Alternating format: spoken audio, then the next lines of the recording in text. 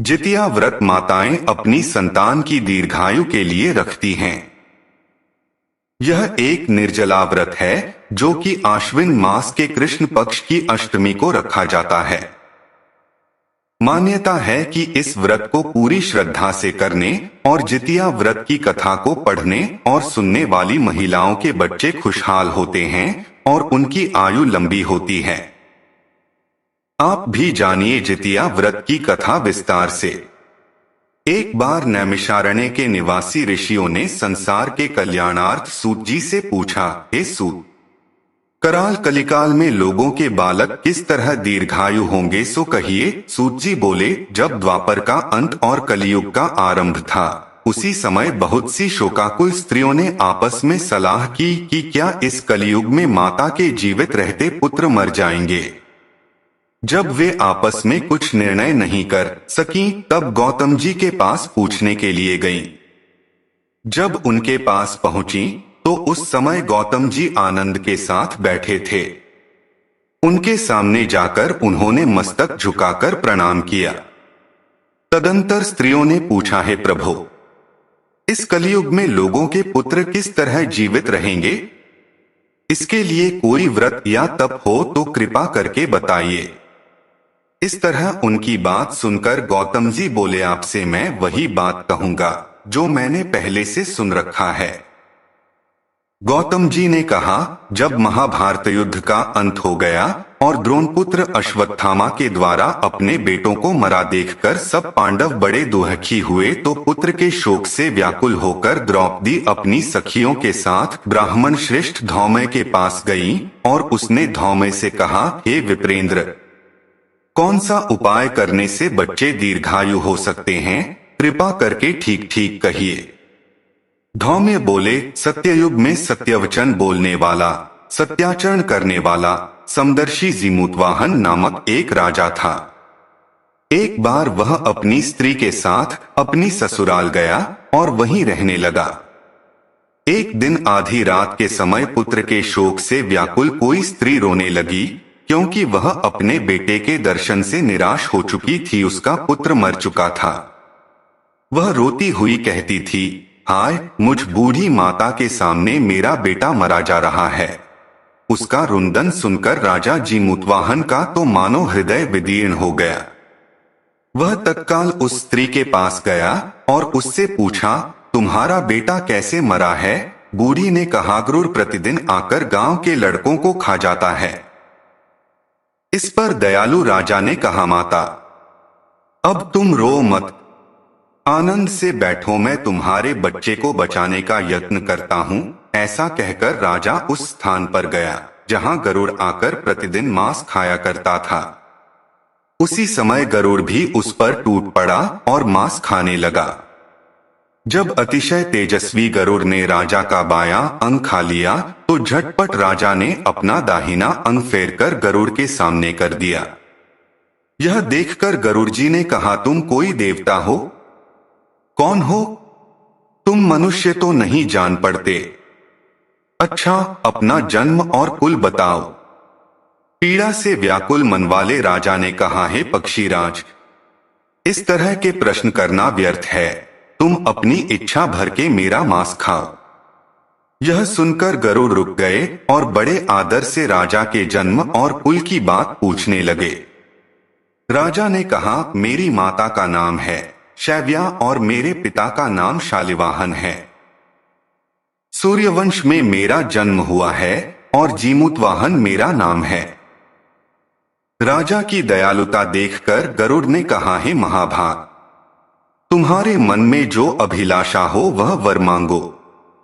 राजा ने कहा, हे पक्षीराज, यदि आप मुझे वर दे रहे हैं तो वर दीजिए कि आपने अब तक जिन प्राणियों को खाया है वे सब जीवित हो जाएं। हे स्वामिन, अब से आप यहाँ बालकों को न खाए और कोई ऐसा उपाय करें कि जहाँ जो उत्पन्न हो वे लोग बहुत दिनों तक जीवित रहें। धौम्य ने कहा कि पक्षीराज गरुड़ राजा को वरदान देकर स्वयं अमृत लाने के लिए नागलोक चले गए। वहां से अमृत लाकर उन्होंने उन मरे मनुष्यों की हड्डियों पर बरसाया। ऐसा करने से सब लोग जीवित हो गए जिनको कि पहले गरुड़ ने खाया था। राजा के त्याग और गरुड़ की कृपा से वहां वालों का बहुत कष्ट दूर हो गया। उस समय राजा के शरीर की शोभा दूनी हो गई थी। राजा की दयालुता देखकर गरुड़ ने फिर कहा, मैं संसार के कल्याणार्थ एक और वरदान दूंगा। आज आश्विन कृष्ण सप्तमी से रहित शुभ अष्टमी तिथि है। आज ही तुमने यहाँ की प्रजा को जीवन दान दिया है। हे वत्स, अब से यह दिन ब्रह्म भाव हो गया है। जो मूर्ति भेद से विविध नामों से विख्यात है, वही त्रैलोक्य से पूजित दुर्गा अमृत प्राप्त करने के अर्थ में जीवित पुत्रिका कहलाई हैं।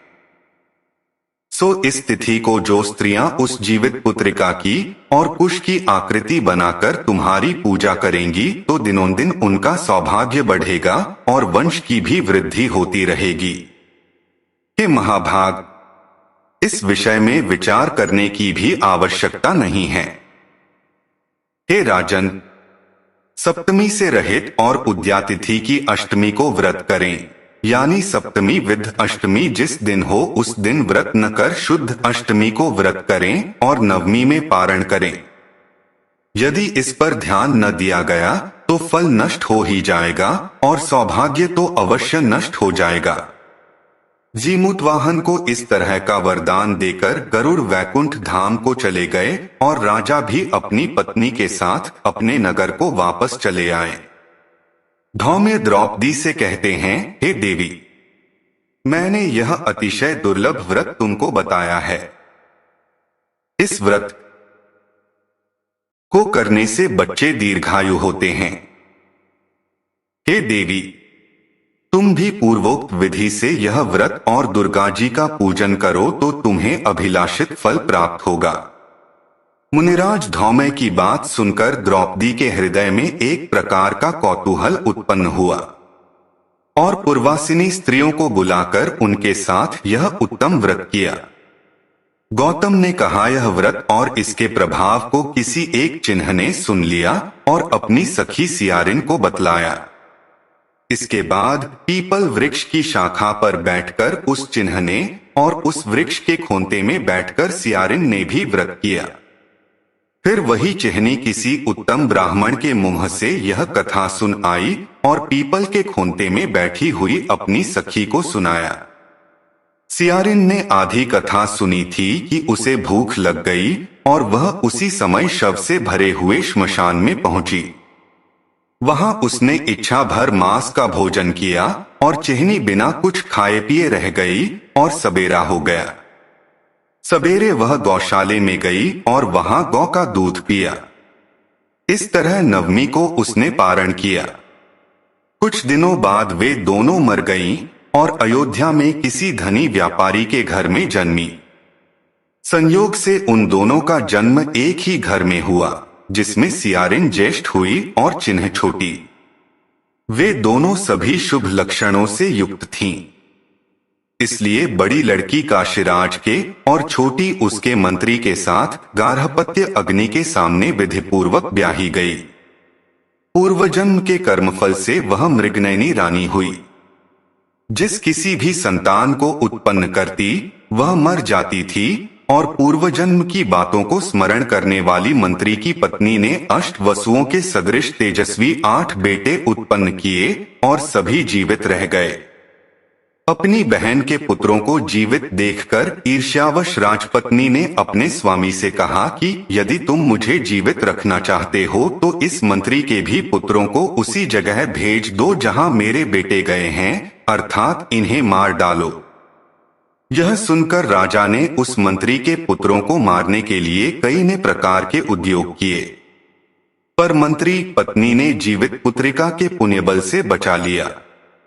एक दिन राजा ने अपने आदमियों से उन पुत्रों का सिर कटवाकर पिटारी में रखवाया और वह पिटारी उनकी माता मंत्री पत्नी के पास भेज दिया।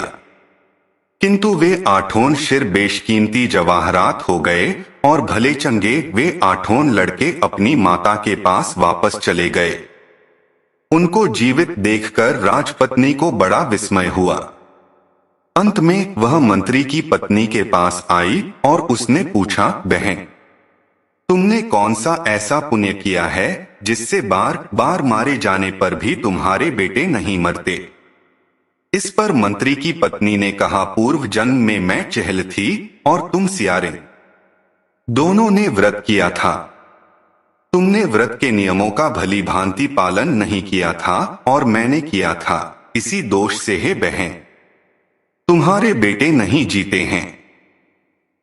ओ राजरानी, अब भी तुम उस जीवित पुत्र का व्रत को करो तो तुम्हारे बेटे दीर्घायु होंगे। मैं तुमसे सच सच कह रही हूं। उसके कथनानुसार रानी ने व्रत किया। तभी से उसके कई बेटे सुंदर और दीर्घायु होकर बड़े बड़े राजा हुए। सूत जी कहते हैं कि सब प्रकार का आनंद देने वाला मैंने यह दिव्य व्रत बतलाया।